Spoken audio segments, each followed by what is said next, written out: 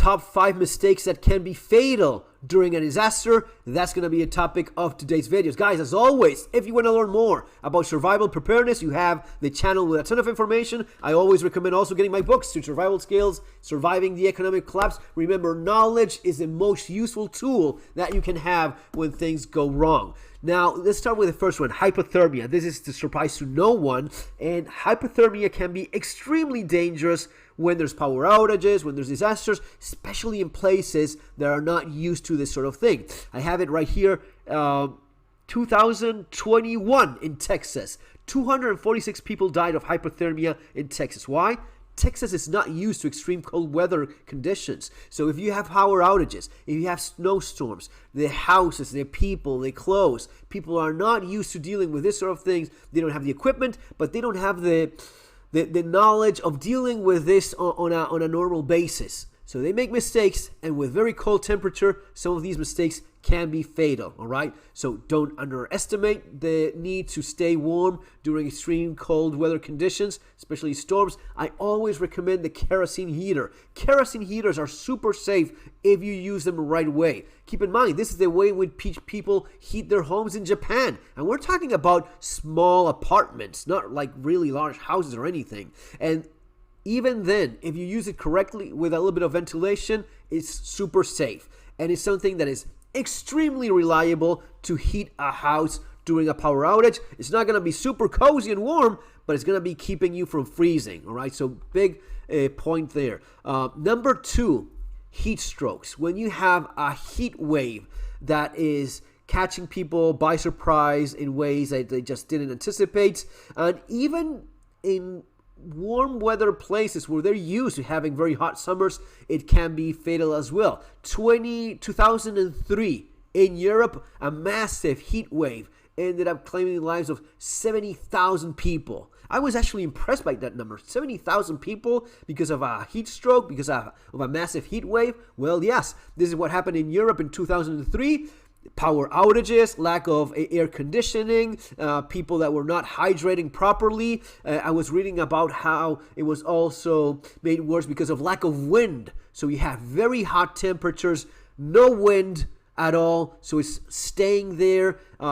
People that are not being careful enough, they just expose themselves, they just go for a walk as they would normally do, and they just don't understand the risk of these high temperatures up until the moment when it's too late. And combine that with the age of some people, some of the older people, some of the more vulnerable people, people that have some medical condition. All of this exacerbates the risk, and that's why that number ended up being so high. Number 3, this is something you're probably familiar with, carbon monoxide poisoning. People that are using heat sources with an open flame indoors, and yes, that is a case of your kerosene heater. You have to make sure you have ventilation, and you need to have that carbon monoxide detector just in case. But even worse, when people don't understand how you're supposed to use a generator. Family in Spain, they had one of those things running indoor. Everyone was, yeah.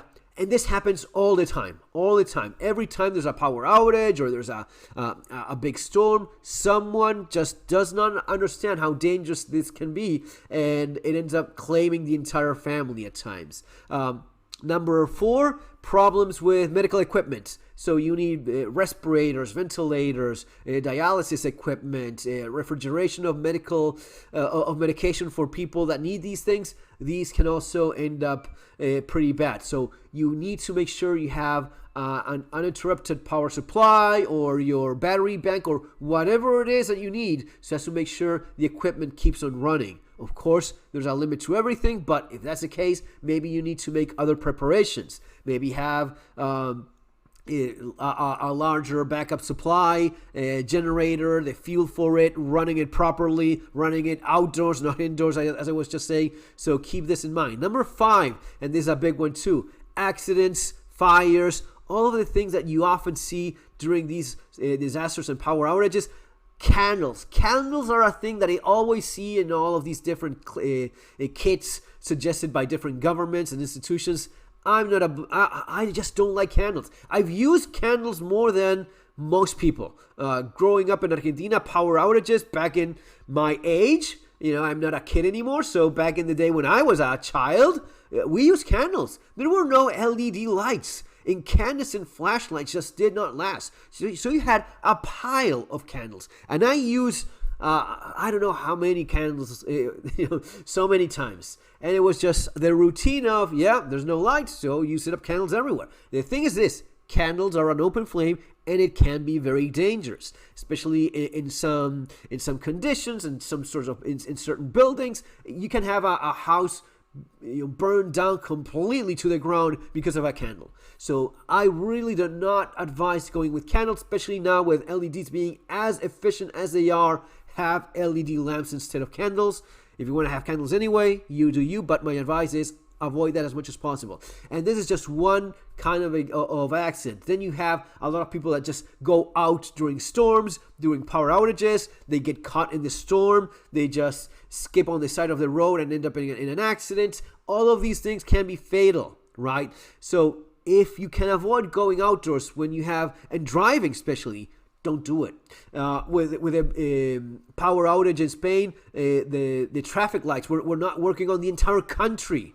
And people are civilized, but still, the chance of a disaster, of an accident, is much greater when there's no traffic lights working. So do not risk it unless you really have no other option left. Stay put. Wait until things get better. Okay? Folks, that's going to be all for now. See you on the next video. Take care.